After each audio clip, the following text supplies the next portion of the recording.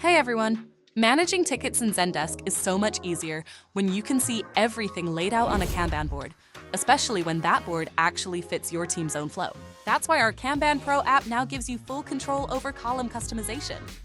If you're a support agent, you can sort your tickets by priority to focus on what matters most first, or by request type to separate tickets into technical support, billing, or general questions. If you're a support manager, you can create columns for escalation levels, pending approvals, or SLA deadlines to quickly spot bottlenecks and keep your team on track. The options are endless, so let's see how it works. First, open ticket boards.